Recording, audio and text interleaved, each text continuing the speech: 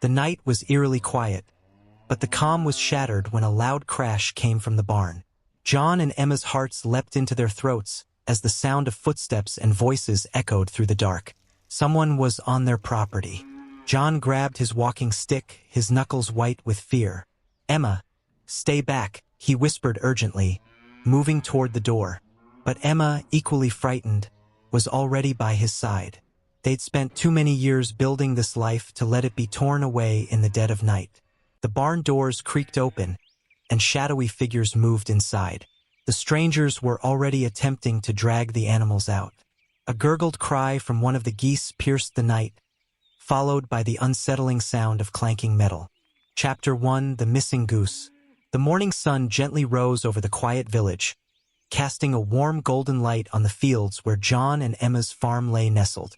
The air was crisp with the scent of dew on the grass, and the only sounds were the soft clucks of the chickens and the gentle quacking of the ducks. The small farm, home to a variety of animals, pigs, geese, ducks, rabbits, and 2 cows, was their sanctuary, their little piece of paradise. John, now well into his 70s, moved with the slow and deliberate pace of someone who had spent a lifetime working the land. His hands, rough and calloused, were steady as he carefully fed the pigs, tossing hay into their troughs with a gentle touch. Emma, his wife of over 50 years, was equally accustomed to the rhythm of farm life. She was inside the cozy kitchen, preparing breakfast with a contented smile on her face. The scent of freshly baked bread filled the air as she hummed a quiet tune. Her silver hair was tied back in a neat bun, and though her back ached from the years of bending and working, she carried herself with a quiet strength that had been her hallmark since they first started this life together. The couple shared a sense of calm, knowing that the day would be like any other, filled with the familiar tasks of caring for their animals, tending to the garden, and enjoying the peace of their rural existence. It was a simple life, but it was their life, and that was enough. After breakfast, John grabbed his worn boots and headed out to the barn, where the cows were waiting to be milked. Emma followed closely behind, gathering feed for the geese. The geese were particularly dear to her, and she always made sure to hand feed them in the mornings. She loved how they would waddle over to her, their soft feathers brushing against her legs, and how their eyes would meet hers in a quiet, unspoken understanding. But that morning something was off. As Emma approached the large pen where the geese roamed, she noticed an unsettling silence. There should have been the usual chatter of honking, the flurry of wings flapping as the birds moved about, but instead, everything was eerily still. Emma's heart skipped a beat as she scanned the pen. One of the geese was missing. She stood frozen for a moment, her breath catching in her throat. "John," she called out, her voice trembling slightly. "John, something's wrong. One of the geese is gone." John hurried over, his brow furrowing when he saw the empty space in the pen. The other geese, normally so lively and inquisitive, were standing in a quiet cluster at the far side, as if they, too, sensed something was wrong. John knelt down and examined the ground, looking for any signs of what had happened. "There's no sign of struggle," he muttered, his voice low. "No feathers, no footprints. It's like it just disappeared." Emma's mind raced. They had never lost an animal before, and it seemed impossible that one of the geese could simply vanish without a trace. She felt a knot tighten in her stomach. Something wasn't right. "We'll search the property," John said firmly, standing up and brushing his hands off on his worn overalls. "You stay here and keep an eye on the others. I'll start by checking the fields." Emma nodded, though the unease in her chest refused to subside. She watched as John walked away, his steps steady but quick. As he disappeared into the fields, Emma turned back to the remaining geese. She noticed their unease, the way they were huddling together as though something had unsettled them. John spent the next hour scouring the fields, calling out the goose's name, but there was no sign of it. He checked the woods along the edge of the farm and made his way down to the small creek that ran behind the property. The only sound was the distant rustle of leaves and the occasional chirp of a bird, but there was no sign of their missing goose.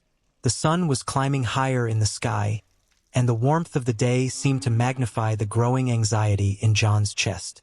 "Emma, too, had been busy, pacing the perimeter of the property and scanning the horizon for any sign of the bird. She had checked the chicken coop, the barn, and the garden, but there was no trace of the goose anywhere. Her thoughts were consumed with worry. Had it flown away? Was it trapped somewhere? Or worse, had something happened to it?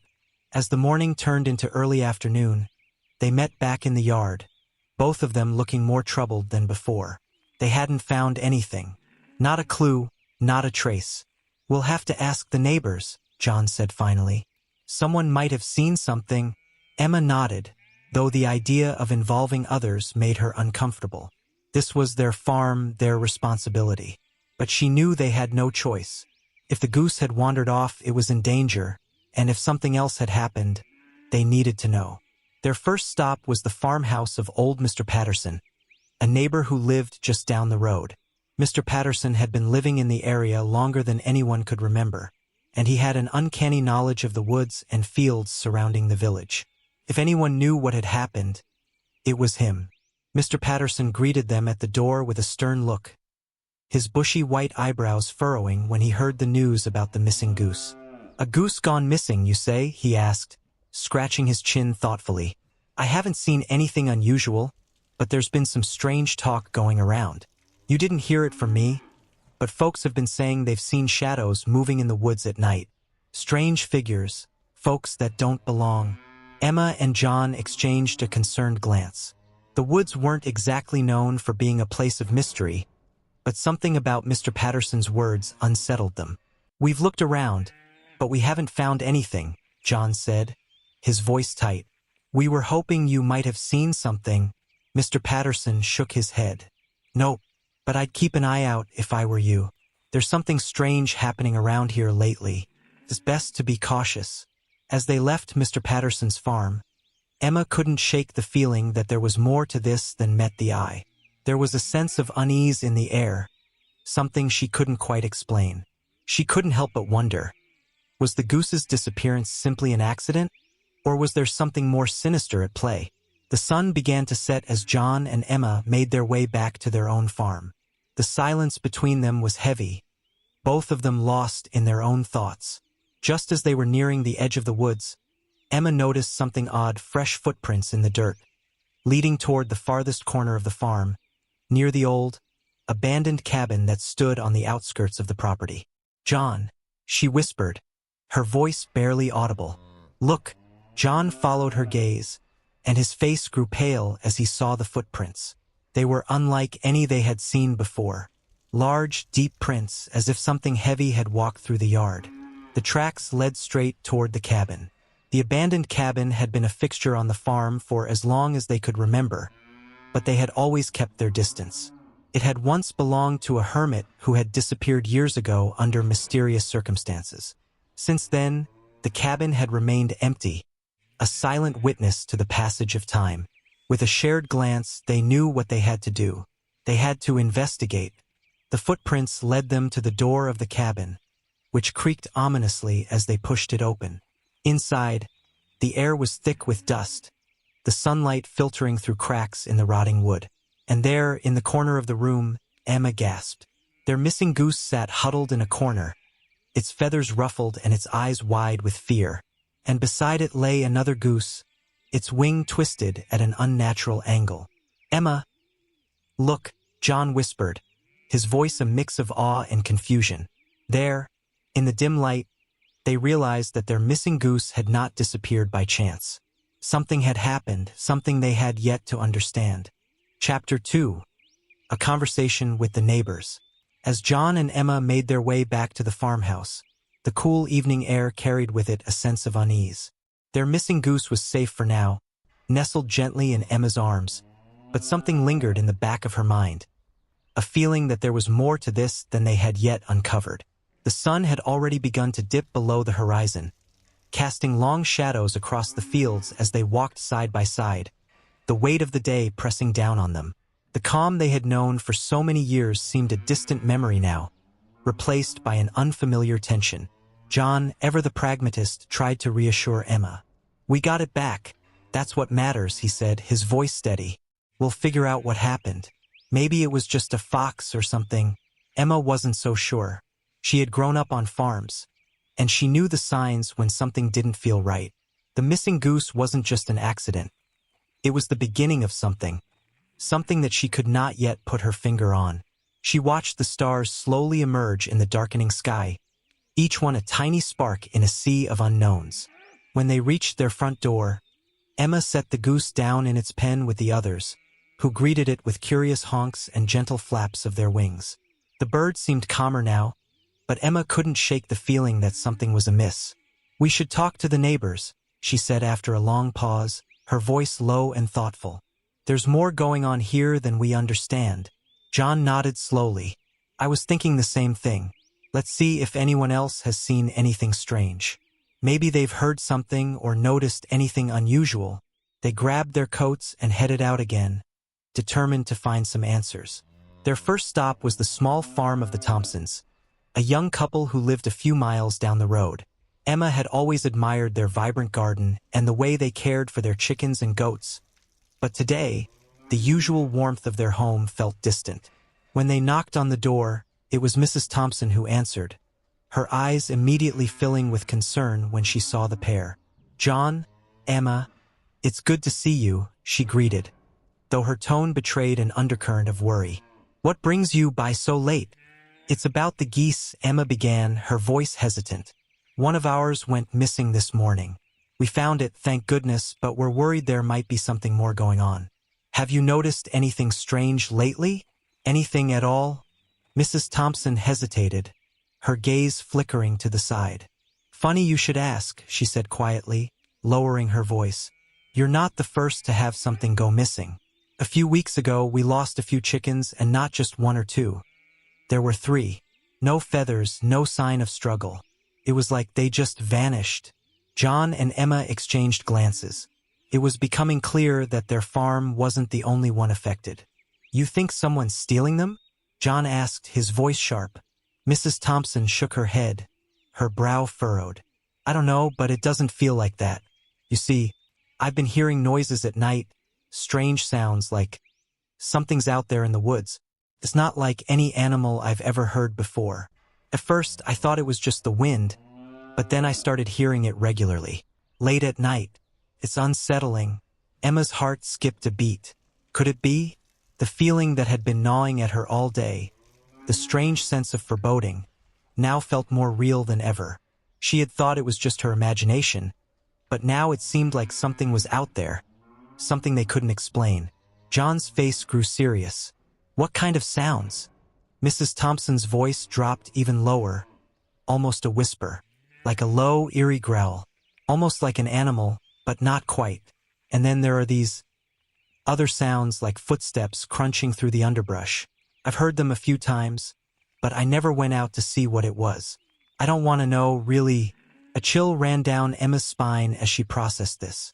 The woods had always been a quiet place, a sanctuary for animals and the occasional wanderer, but now they seemed to hold a darker mystery. "We need to check the woods," Emma said suddenly, her mind made up. "If something is out there, we need to know what it is." John nodded, his own expression grim. "We'll go tomorrow morning. We'll keep our distance, but we need to be sure." Mrs. Thompson gave them a worried look. "Be careful, you two. There's something wrong out there. I can feel it. If you do go, don't go alone." The advice hung in the air as John and Emma left the Thompsons' house, their minds heavy with the new information. The missing animals, the strange noises. Something was stirring in the woods, something they couldn't yet explain. The woods that had always seemed so peaceful now loomed dark and ominous in the distance. John and Emma walked back to their farm in silence, each of them lost in their thoughts. The following morning, as the first light of day broke through the trees, they made their way toward the woods. The birds were quiet, the usual chorus of morning sounds subdued as if the land itself was holding its breath. They walked slowly, careful not to disturb anything around them, their eyes scanning the ground for any clues. The forest was dense, the trees so close together that they seemed to form a canopy, blocking out most of the sunlight. The air was thick with the smell of pine and damp earth. Every rustle in the leaves made Emma's heart race, and every crack of a twig underfoot seemed to echo louder than it should. I don't like this, Emma muttered under her breath. It feels wrong. I know, John replied, his voice low, but we have to keep going. We need to know what's out here. They ventured deeper into the forest, the quiet oppressive around them. They had walked for nearly an hour when they found something that stopped them dead in their tracks. A set of large footprints, deep and fresh, leading away from the underbrush and toward the trees. The tracks were unlike anything either of them had ever seen before, large, heavy prints that looked almost human, but not quite. These aren't from any animal I've ever seen, John said, his voice tight with apprehension. Emma crouched down, studying the tracks closely. No, they're not, and they're heading deeper into the woods. Suddenly, a low growl sounded in the distance, faint but unmistakable, like the noise Mrs. Thompson had described. Emma's heart pounded in her chest. Something was out there, something they hadn't yet encountered. We need to go back, John said, his voice urgent. We don't know what's out here. It's too dangerous. But as they turned to leave, Emma's eyes caught something else, something glinting in the underbrush. She moved closer, her breath catching in her throat when she saw what it was. A small object, half buried in the dirt, gleamed in the dappled sunlight. It was a torn piece of cloth, stained with something dark. Emma's pulse quickened as she reached down to pick it up. It was too small to be from an animal, and it didn't look like anything they had on their farm. The discovery sent a shiver of dread through her. There was no denying it now. Something was out there, something far more dangerous than they had imagined. John grabbed her arm, his face pale. We need to go, Emma. Now. Reluctantly, Emma nodded. They had learned something important today, but the answers were still elusive. Whatever was lurking in the woods, it wasn't just an animal, and it was getting closer. They hurried back toward the farm, the weight of the discovery hanging heavy in the air. There was no turning back now. Chapter 3: Secrets of the Abandoned Hut. The morning sun filtered softly through the trees as John and Emma walked back toward the abandoned hut. The forest was quiet now, almost too quiet, as if the very land held its breath, waiting for something to happen. Their hearts raced with anticipation. They had uncovered something last night, something they couldn't yet explain, and it felt like the answers lay just beyond their reach. Emma glanced at John, her face etched with concern. We have to go back. There's more here than we know, and I think we're getting closer. John gave her a reassuring smile, though his eyes betrayed the worry he was trying to mask. I agree, but we need to stay careful. Something's been going on in this area, and I don't like the feeling of it. The path to the hut seemed longer this time, the trees more oppressive, the underbrush thicker. It was as if the forest itself was growing more foreboding with each step they took. They had found the strange footprints yesterday, and now the sense of unease was only stronger. They finally arrived at the small, dilapidated hut that had seemed so innocuous at first. The wooden walls were weathered and gray, and the roof sagged in places, as though the hut had been abandoned for many years. Yet, despite its desolation, something about the place seemed to call them back. Emma reached for the handle, her fingers trembling slightly. As she pushed open the creaky door, the familiar musty smell of decay filled the air. The interior of the hut was dim, the only light coming from the crack in the doorway. Emma's eyes quickly scanned the room, noting the faded furniture and remnants of a life long forgotten. It seemed like a place no one had visited for years, until now. We missed something yesterday, Emma murmured, stepping cautiously inside. There has to be more here. John nodded, his sharp eyes scanning the surroundings. Let's look carefully. Whatever's going on, it's bigger than we thought. They began to search the room thoroughly, moving the dusty furniture and poking through boxes of forgotten belongings. It was when Emma moved to the far corner of the room that she noticed something unusual, a section of the floor that seemed slightly raised, as if it had been disturbed recently. John, over here, she called softly. John hurried over and knelt beside her, his eyes narrowing as he inspected the area. It looks like there's a trapdoor here. Together, they pried open the hidden hatch, revealing a small staircase leading down into a dark, musty space below. The air grew cooler as they descended, and the silence was thick around them, broken only by the sound of their footsteps. At the bottom of the stairs, they found a small, hidden room, barely large enough to hold more than a few crates and shelves. But it was what was on those shelves that made Emma's blood run cold. There were jars filled with odd-looking objects, strange symbols etched into pieces of wood, and a few items that didn't belong in any normal household. This is not right," John muttered, picking up a small, intricately carved figurine. It was a bird, but it was unlike any bird they had ever seen. Its wings were twisted, its eyes hollow. Emma's gaze fell on something else. A worn, yellowed envelope, partially hidden behind a stack of books. Her hands shook slightly as she pulled it out and carefully opened it. Inside, there was a letter, written in a hurried, almost frantic hand. John read over her shoulder as she began to read aloud. "To whomever finds this, please understand that the animals were not taken for ill intentions. They were taken for a higher purpose, for the greater good. We are working towards something much larger than any one of us, and these creatures will play a key role in what is to come. Do not look for us, for we are not alone. And if you choose to interfere, you may find yourself in danger. Leave this place, and do not speak of it to anyone." The letter ended abruptly, as if the writer had been interrupted. Emma's voice faltered as she finished reading. "What does this mean, John? Taken for a higher purpose? And what does it mean, we are not alone?"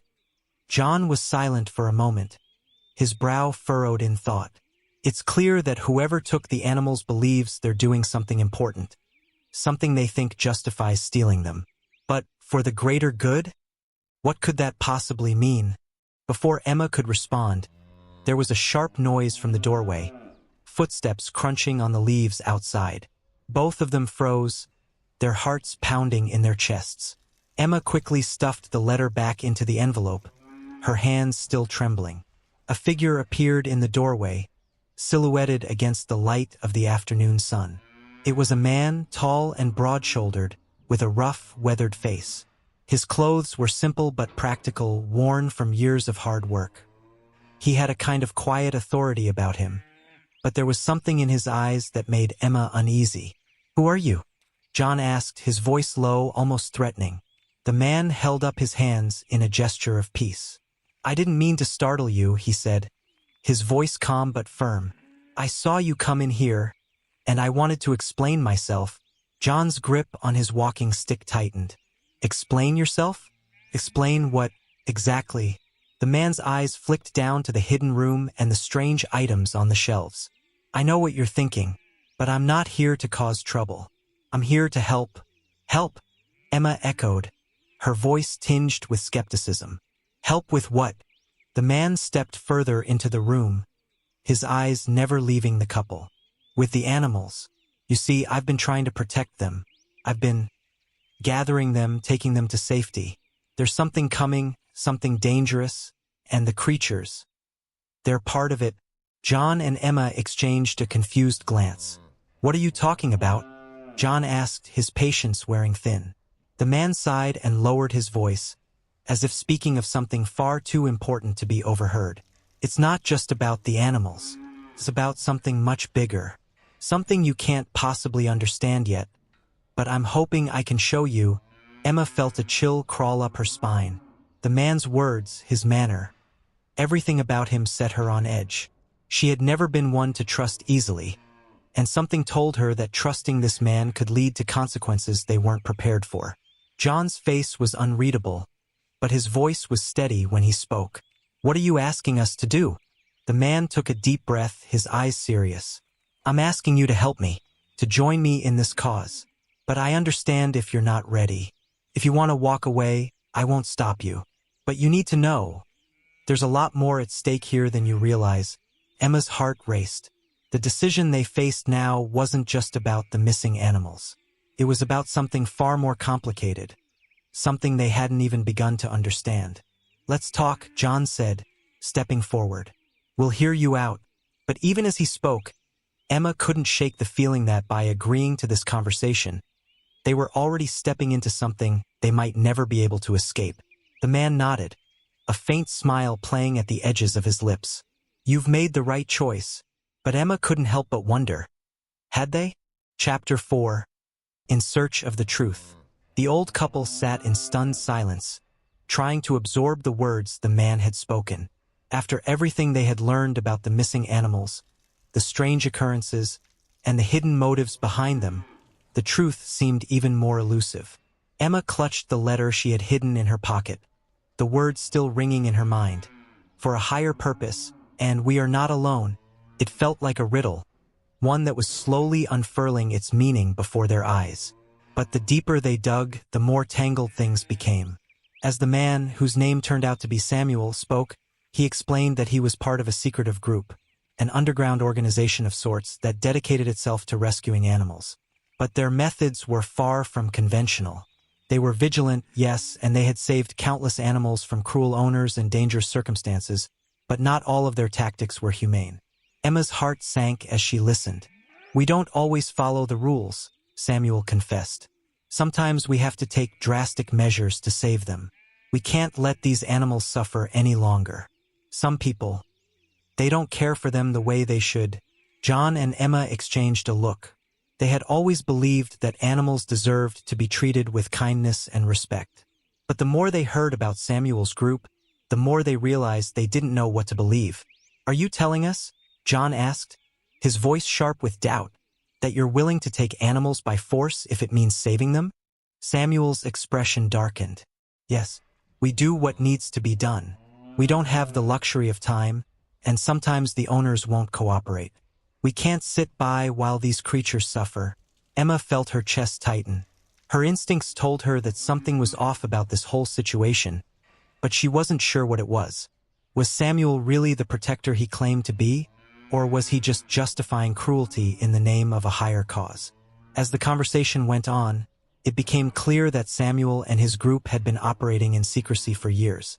They had infiltrated farms and households, taking animals from those they deemed unfit to care for them. The animals were often kept hidden, away from prying eyes, and sometimes it was months before anyone realized they were gone.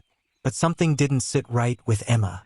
She remembered the gander they had found, hurt, frightened, and alone, and she thought of the other animals that had been missing recently.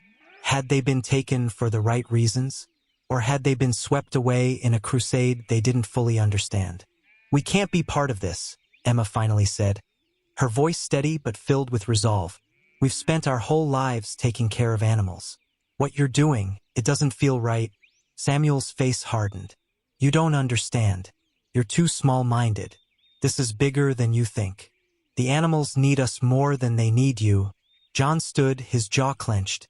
"You don't have the right to decide for us what's best for our animals. We do, and we won't stand by while you take them away." The tension in the room was palpable. Samuel's eyes narrowed, and for a moment, Emma feared he would lash out at them. But instead, he took a deep breath and let it out slowly, his expression softening. "I'm not trying to force you into anything," he said, his voice quieter now, but still intense. "I just want you to see the bigger picture.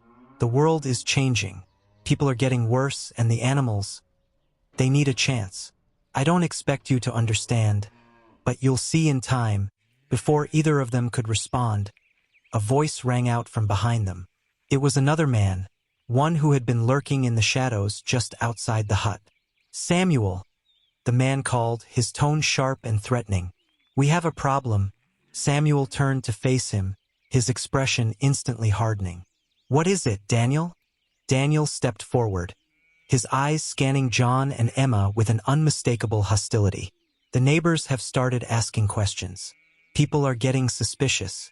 They're asking about the animals. We can't afford to be seen." The tension in the air thickened. Emma felt a sudden, unsettling shift as Daniel's gaze lingered on them. His voice lowered, filled with an unspoken threat. "I suggest you both leave.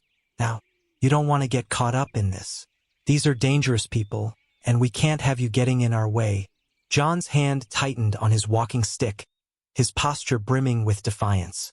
"We won't be intimidated, but we're not part of this. We're leaving, and we'll be taking our animals with us." Samuel held up a hand, trying to defuse the situation. "Let them go, Daniel. They won't be a problem." But they need to understand that we do what's necessary. There's no going back once you're in this. The man named Daniel hesitated but nodded grudgingly. Don't say we didn't warn you.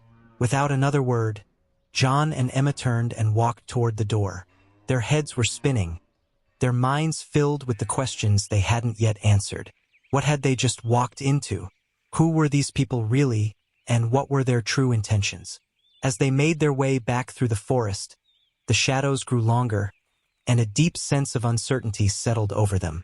The path ahead seemed clearer, but the truth was becoming more elusive by the second.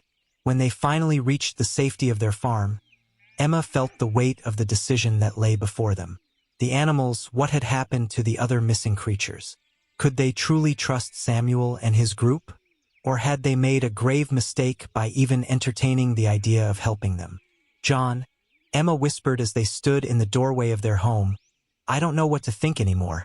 I feel like we've stepped into something much bigger than us. John's eyes met hers, his face a mixture of worry and resolve. We'll figure this out, but we have to be careful. Whatever this group is, we can't let them take our animals. Not like this. Emma nodded, though she knew in her heart that the path ahead would be far from simple. They had stepped into a world filled with shadows, and now they would have to find their way out. The questions lingered in the air, unanswered. What had they really discovered? And who could they trust in a world where nothing was as it seemed? The answers might not be so clear after all. Chapter 5: Return to the Farm. The calm after the storm. The return to their farmhouse was met with a strange sense of relief, as though the physical distance between them and the chaos of the past few days would somehow restore the peace they had long enjoyed. The sun was setting, casting long shadows over the field, and for a brief moment, the world seemed to slow down. Emma let out a sigh, a deep breath that she hadn't realized she'd been holding. Her hands were still trembling slightly from the encounter with Samuel and his group, but the familiar smell of fresh hay and the soft mooing of the cows reminded her of the simple life they had built together. For a moment, she thought everything might go back to normal, but the unease never fully left her. As they tended to their animals and settled into the evening routine, Emma couldn't shake the feeling that something was not right. Her thoughts kept drifting back to the events at the abandoned cabin and the ominous warning from Samuel's group. They had barely escaped from their clutches, but the consequences of their actions, of becoming entangled in something so much larger than they had imagined, were yet to unfold. What had they really discovered in that hut, and who could they trust now? The questions hung in the air like storm clouds, darkening the horizon. Changes in the animals' behavior. As the days passed, Emma couldn't help but notice subtle changes in the animals. The geese, usually so calm and gentle, had become unusually skittish. They honked and flapped their wings at the slightest movement, their heads jerking nervously toward the distant woods as if sensing something lurking just beyond the tree line. Emma had never seen them act like this before. The other animals were unsettled too. The cows, typically placid and unbothered by much, were restless, pacing back and forth in their paddocks. Even the rabbits seemed to cower in their cages, their fur puffing up with every unfamiliar noise. Emma watched as the ducks huddled together, their usual contentment replaced by a quiet tension. Something was wrong. She could feel it in her bones. But what could be causing this? Could the group they had encountered be watching them from afar? Had they truly left them alone? John, Emma said one evening as they sat together by the hearth, I don't like how the animals are acting.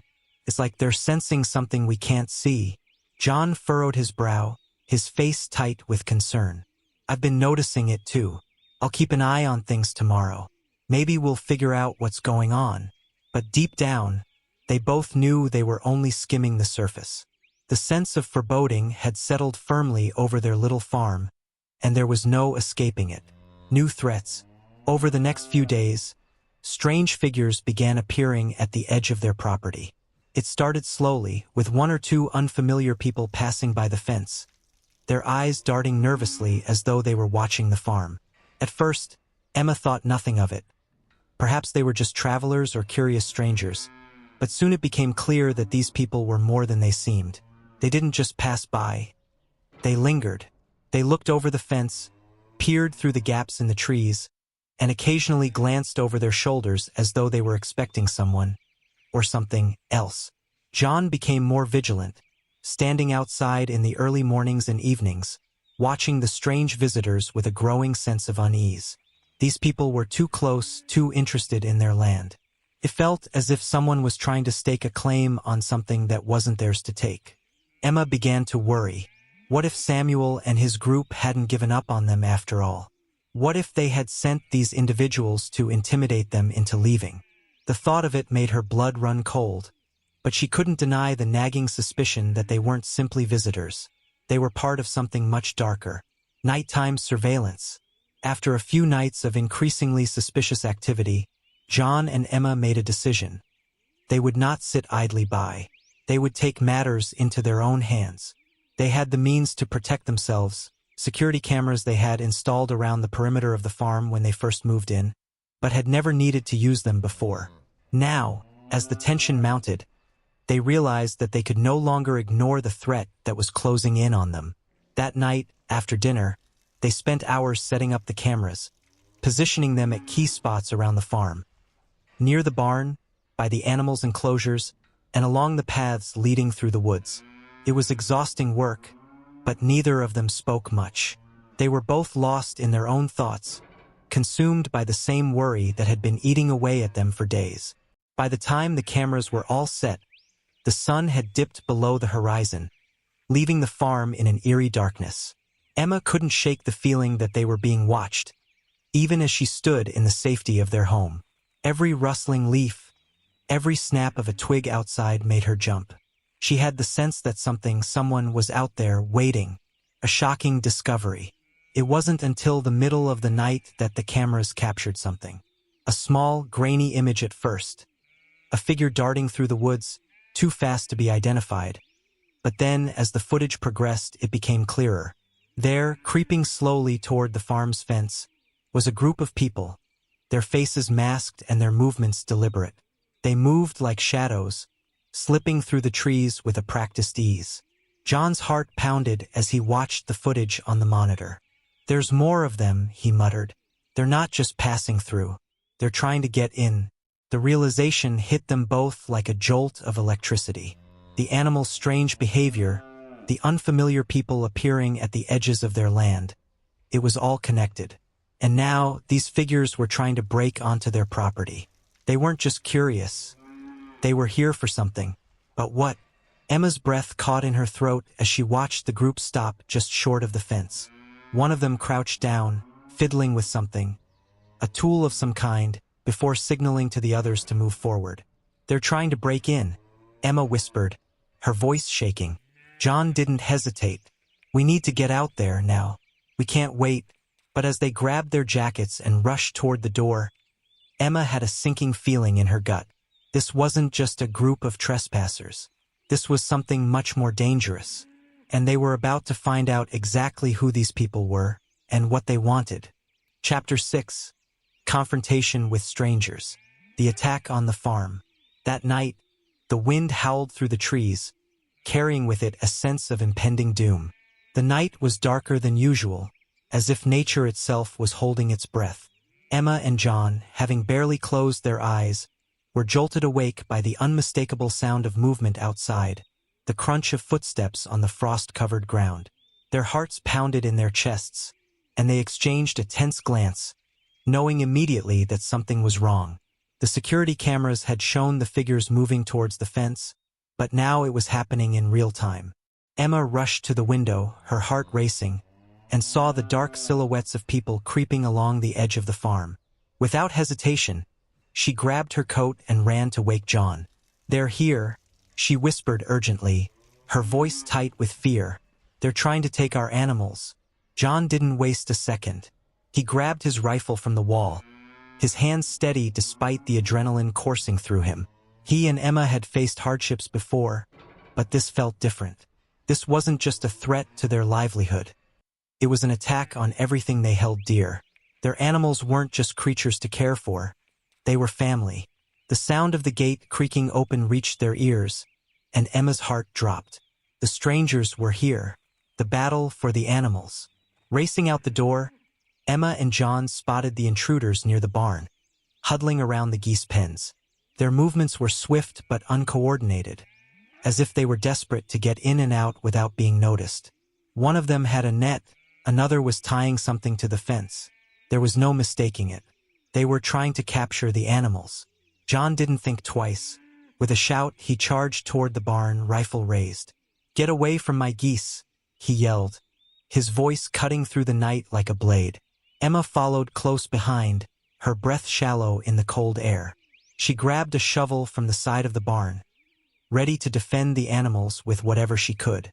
The strangers froze for a moment, surprised by the sudden confrontation, but they quickly recovered and began to move towards them, determined to carry out their plan. The first man lunged at John, but he was met with the force of the rifle stock pushing him back. Emma swung the shovel, knocking another man off balance, but there were more of them, too many. They fought with an urgency that made Emma's blood run cold, but she wasn't about to let them take her animals without a fight. The struggle continued, chaos erupting in the quiet night. Emma felt the cold sting of fear as she realized just how close they were to losing everything. One of the strangers, masked and determined, reached for the goose pen.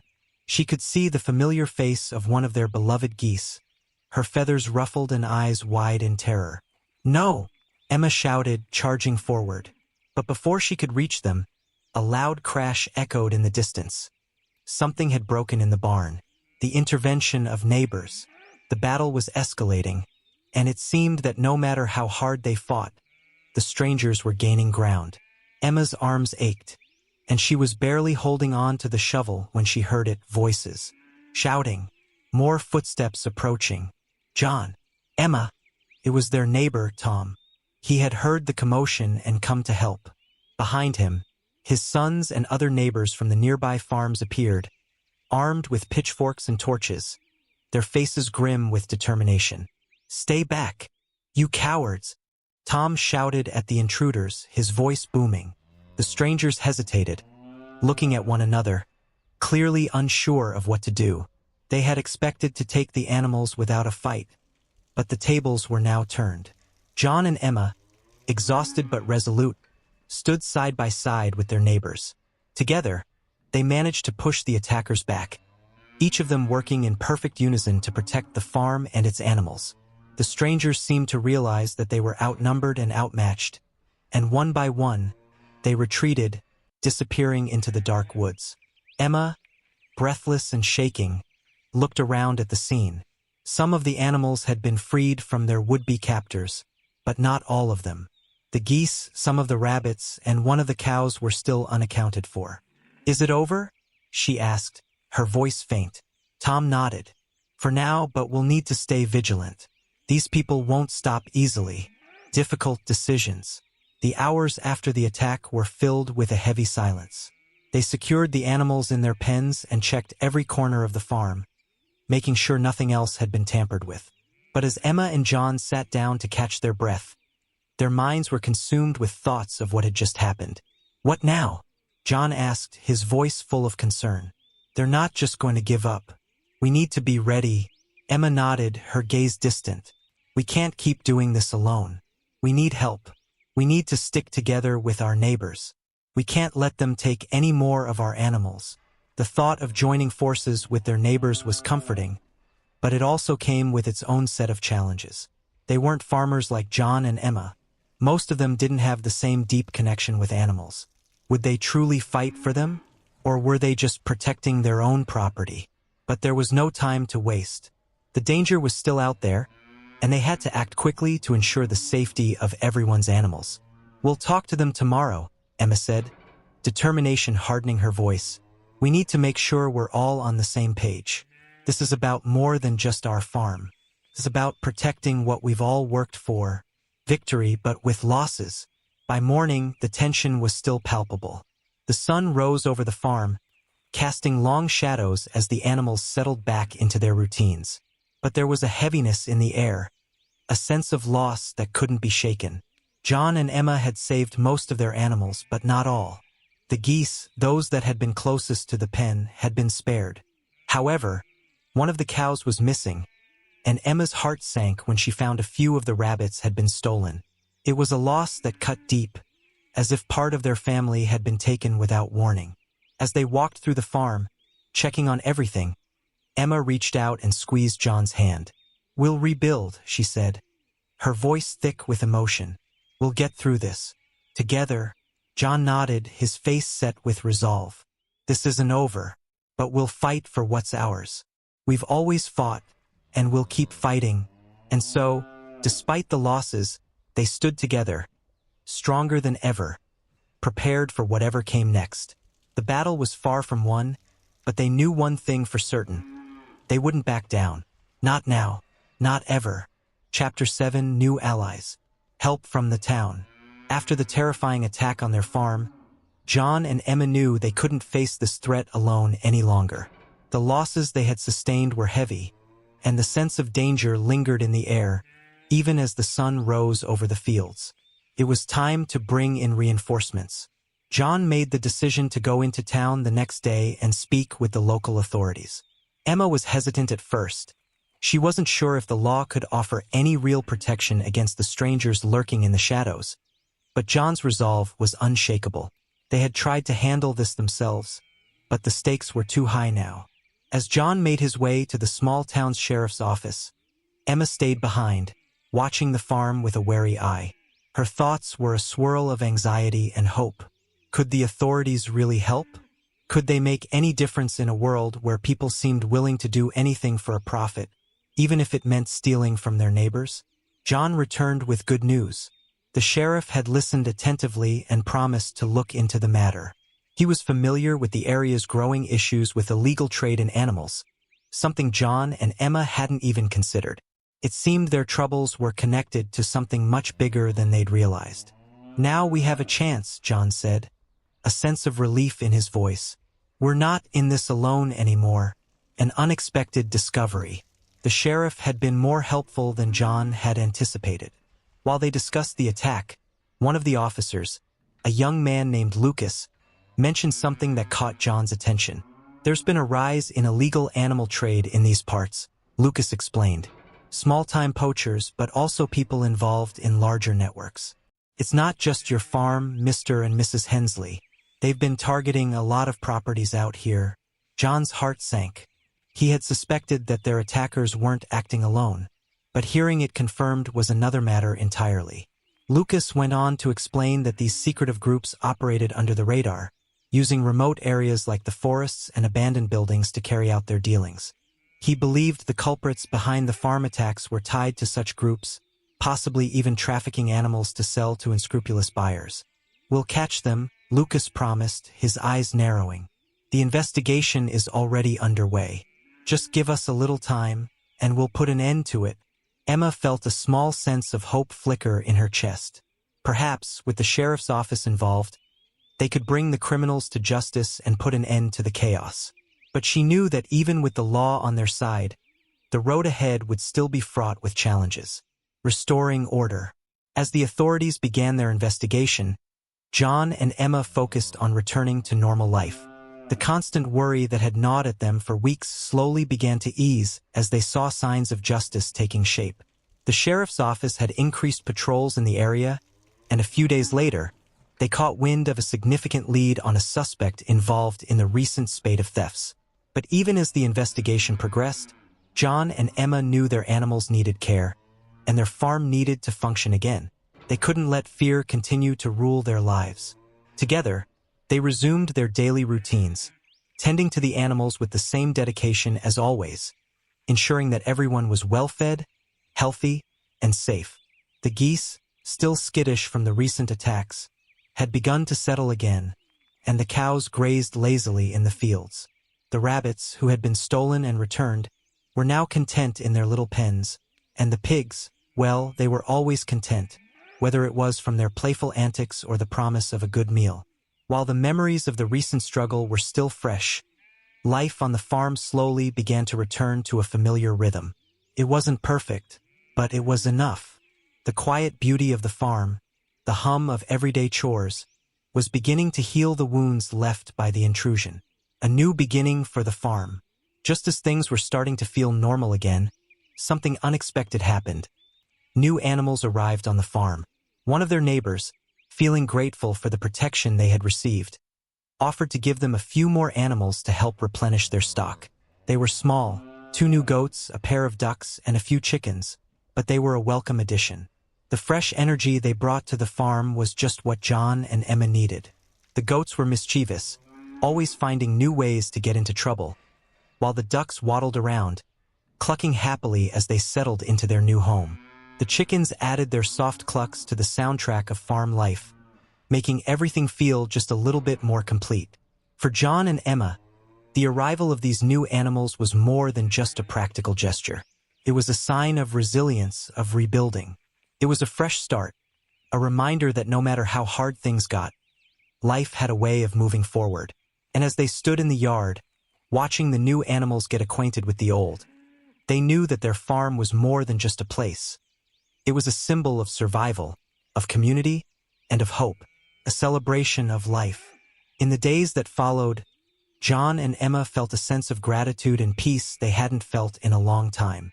They knew that the threat wasn't entirely gone, that they had to remain vigilant. But there was something comforting in knowing that they had survived, and that their neighbors had stood by them in the fight. To show their appreciation, John and Emma decided to host a small celebration.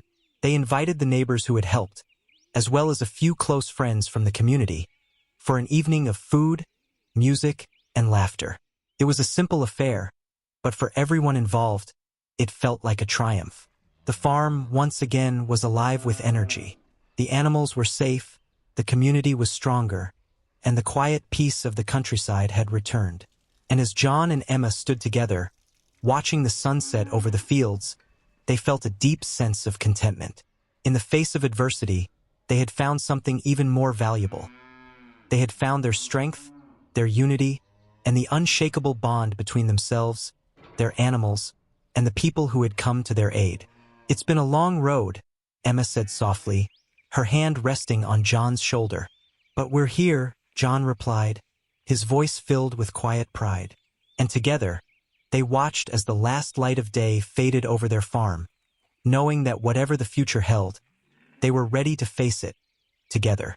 Chapter 8: The Rescue of the Last Goose. The Disappearance of the Goose. It had been a few weeks since they had managed to bring their animals back and restore some semblance of peace on the farm. John and Emma continued to care for their pets, and life seemed to be returning to its normal rhythm. However, one morning, when they went out to feed the geese, Emma noticed something alarming. One of the geese was gone. "John, it's happened again," she said, her voice tinged with worry. "Where's the other goose?" John turned and looked at the empty pen where their beloved bird usually sat. The goose was gone. As the realization hit, the anxiety crept in once more. They knew all too well that their farm wasn't entirely safe, that people could still come and take what wasn't theirs. "We need to go look for it," John said, trying to mask the unease in his tone, the mystery behind the disappearance. With the second goose gone, the anxiety that had been slowly creeping up on them began to take a firmer grip. John and Emma both grew more convinced that the disappearances weren't just random acts of theft. Emma spent the evening reflecting on all the strange occurrences that had happened recently. The mysterious people on the farm, the strange noises at night, and the odd behavior of the animals who seemed to sense something was wrong. "This isn't a coincidence, John," she said one evening as they sat together drinking tea. "All these disappearances. There's something bigger going on. Maybe we're missing something." John agreed with her, feeling the weight of her words. He too had been growing increasingly uneasy. This wasn't just about theft or animals being taken. It felt like something darker was at play. "We need to figure out what's really happening," he said firmly. "It's time we get to the bottom of this." The tracks in the forest. The next day, John and Emma went out again to search for the missing goose, following their instincts and the tracks they had noticed earlier. They spent the whole day checking the farm, scanning the surroundings, listening to their thoughts. By evening, they realized that the freshest tracks led back toward the forest, a place they had already searched before. "These tracks look familiar," John said, pointing at the footprints in the dirt. "They're the same as before." Emma felt a chill run down her spine. The tracks were fresh, She grabbed John's hand. "Are we really going back there?" she asked. "What if it's the same person from the cabin?" John shook his head. "We have to find out who's behind this. We need answers whether we like them or not." Waiting in the forest. When they reached the forest, Emma felt a sudden wave of unease wash over her. The woods were calm, but there was a palpable tension in the air. They decided to hide among the trees, waiting to see if they could catch a glimpse of whoever or whatever was taking their animals. John kept a careful eye on every sound, listening intently to every rustle of leaves, watching the mist begin to settle over the forest. Minutes seemed to stretch into hours. Emma, her heart racing, waited, knowing that something important was about to unfold. At first, the woods remained quiet, just the sound of the wind rustling through the leaves. But soon, as they had hoped, they heard footsteps. It wasn't the person they had been expecting, though. "Shoo," John whispered, holding Emma's hand tightly. "It looks like we're on the right track." A responsible twist. After waiting a bit longer, someone finally emerged from behind the trees. It was a man, but not the thief they had imagined. He looked worn, his face pale, and he was dressed in old, faded clothing. The old couple stood frozen, unsure of what to do, until the man spoke. "I didn't mean to hurt you," he said. "I've been trying to save your animals. They were in danger, and I couldn't let them fall into the wrong hands." John and Emma exchanged stunned glances. The man didn't seem like a criminal. Instead, he explained his story. He was part of a small group that worked to rescue animals from dangerous situations, but sometimes he had to resort to methods that might seem harsh in order to protect them from worse fates. "Then why didn't you tell us?" Emma asked, holding back her emotions. "Why didn't you warn us about what you were doing?" "I didn't want you to get caught up in it," he replied. "My methods may seem strange, but I do it for the animals' safety." John and Emma stood silently, processing the unexpected revelation. Their lives had taken another sharp turn, and now they were left with more questions than ever. What were they supposed to believe? Chapter 9. Preparing for the final confrontation. The influence of the past. As John and Emma sat together in their cozy living room, surrounded by the familiar warmth of their home, they couldn't help but reflect on how far they'd come. Over the years, they had nurtured their animals with love and patience, creating a peaceful life that felt as though it was part of their very essence. Their farm had always been a sanctuary, a place of quiet joy where the rhythm of their daily tasks brought them comfort. But now that tranquility had been shattered. "What happened to the life we knew?" Emma whispered, staring out the window at the calm farmyard. "We used to tend to our animals without fear, without a care in the world." John took her hand and gave it a gentle squeeze. "I know, Emma, but we've always been strong. We'll get through this. We have to." They both knew that their peaceful existence was gone, replaced by uncertainty. Yet, amid the turmoil, their resolve had only strengthened. They had fought for their farm, for their animals, and they would continue to do so no matter the cost. New threats. That evening, as the sun began to set, John and Emma heard the unmistakable sound of tires crunching on gravel. They glanced out the window and saw a couple of unfamiliar vehicles parked at the edge of their property. Strange figures emerged, walking toward the barn. Their hearts sank as the realization hit. More strangers had come, and this time they weren't just lurking in the background. They were moving in, and they weren't leaving without a fight. "They're back," Emma said, her voice barely a whisper. John stood up, his face hardening with determination. "We can't let them take anything else. It's time to make our stand, the offensive move." After making the decision to protect what was theirs, John and Emma set to work. The night air was crisp as they worked in silence, preparing traps around the perimeter of their property. They knew that the next few hours would be critical, and they couldn't afford to be unprepared. John had always been resourceful, and Emma's steady hands were more than capable of constructing makeshift barriers and tools to defend their farm. "These should slow them down," John said as he carefully placed a few hidden snares around the trees and along the barn's side. "We have to be ready for anything."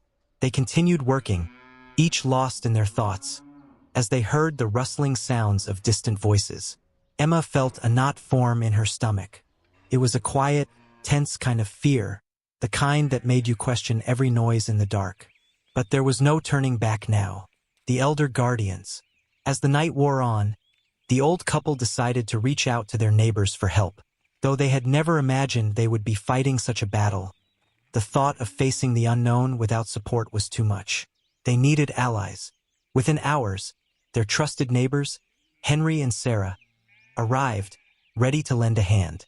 Sarah, a sharp-witted woman with a history of looking out for the well-being of her family, immediately took charge of organizing the defense.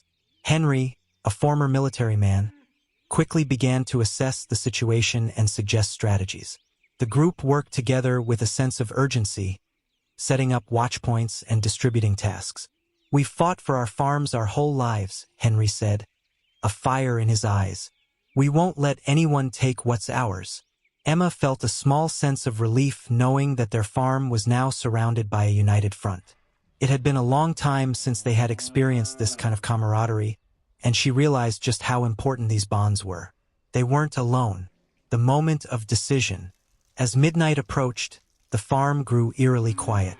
John and Emma stood at the top of the hill overlooking their property, peering into the darkness below. They had done everything they could to prepare, but the uncertainty still gnawed at them. The time was fast approaching when they would have to face whatever was coming. "I don't know what will happen tonight, Emma," John said softly, his voice carrying the weight of a lifetime of experience. "But whatever it is, we'll face it together." Emma nodded, her heart pounding in her chest. The decision to fight had been made, but she still didn't know exactly what they would face. The unknown was always the hardest part, but they had to trust that they were ready. With one final glance at the farm, they knew that whatever was about to unfold, it would be a defining moment, one that would change their lives forever. Chapter 10, The Final Victory. The decisive moment. The moon hung high in the sky, casting long shadows across the farm. John and Emma stood at the front of their house, eyes trained on the dark silhouettes that moved closer to their property. This was it, the final confrontation. The group of intruders had returned, and this time they were determined to take everything from the old couple. The weight of the moment hung heavy in the air as John clutched his walking stick, ready to face whatever came next. Emma stood beside him, her heart pounding in her chest. She had never imagined that life on their farm could take such a turn, but there was no turning back now. This was their home, their life, and they would do whatever it took to protect it. From the edge of the forest, figures emerged, moving toward the barn. It was time. The defenders of the village. Just as the intruders began to advance, the sound of engines filled the air. John and Emma looked up in surprise as several vehicles came into view, headlights illuminating the night. It was their neighbors, Henry, Sarah, and the others, coming to their aid. "We won't let them take anything from you," Henry shouted as he drove up to the gate, his truck's headlights blinding the intruders. With military precision, he and the others began to set up a barricade and take defensive positions. The intruders hesitated for a moment, clearly caught off guard by the sudden arrival of reinforcements. But it was too late to retreat. With the village's help, John and Emma managed to push the attackers back, repelling their first wave. The old couple stood side by side with their neighbors, a powerful team that had fought for their home. Together, they drove the intruders off, forcing them to flee into the darkness. Forgiveness and peace. As the dust settled, John and Emma found themselves standing in front of one of the attackers, who had been left behind when the others retreated. To their shock, the figure was familiar. It was someone they had known years ago, a man whom they had once helped in his time of need. "David," Emma said, her voice filled with disbelief. "Is it really you?" The man, now bruised and bloodied, looked up at her with a mix of guilt and regret. I never meant for this to happen. I lost everything. I had no choice," he stammered. John's expression softened. He recognized the pain in David's eyes, the same kind of desperation he had once seen in his own younger self. Despite the betrayal, he knew that forgiveness was the only way forward. "David, we could have called the law, but we won't," John said firmly. "You've done enough damage. But we won't hold it against you. Not if you promise to leave us in peace from now on. David nodded quickly, his eyes full of gratitude and shame. He promised to never come back. And with that, he disappeared into the night, leaving John and Emma with a feeling of uneasy resolution. A difficult choice. The decision to forgive had not been an easy one. John and Emma had seen firsthand the damage that David and his group had caused. Their hearts ached for the animals they had lost, the terror that had gripped their peaceful farm.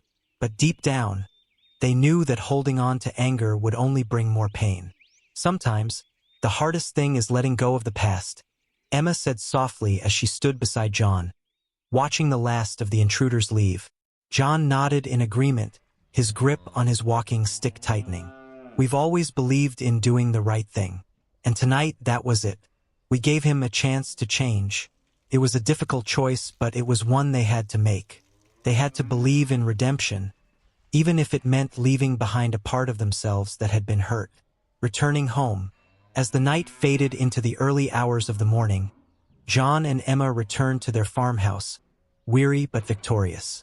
Their animals, now safe, greeted them with quiet affection, reminding them of the peaceful life they had worked so hard to protect. The world outside their home had changed in ways they hadn't anticipated, but their farm remained a place of refuge, a sanctuary for both them and their animals. As they walked together toward the barn, they could feel the weight of the battle lift from their shoulders. "We did it," Emma said, smiling as she patted the neck of one of their cows. "We're safe, John. Our world is safe again." John smiled back, the lines of worry slowly easing from his face. "Yes, we are, Emma, and we'll keep it that way, for as long as we can." Together, they watched as the sun began to rise, painting the sky in hues of orange and pink. Their farm once again was at peace.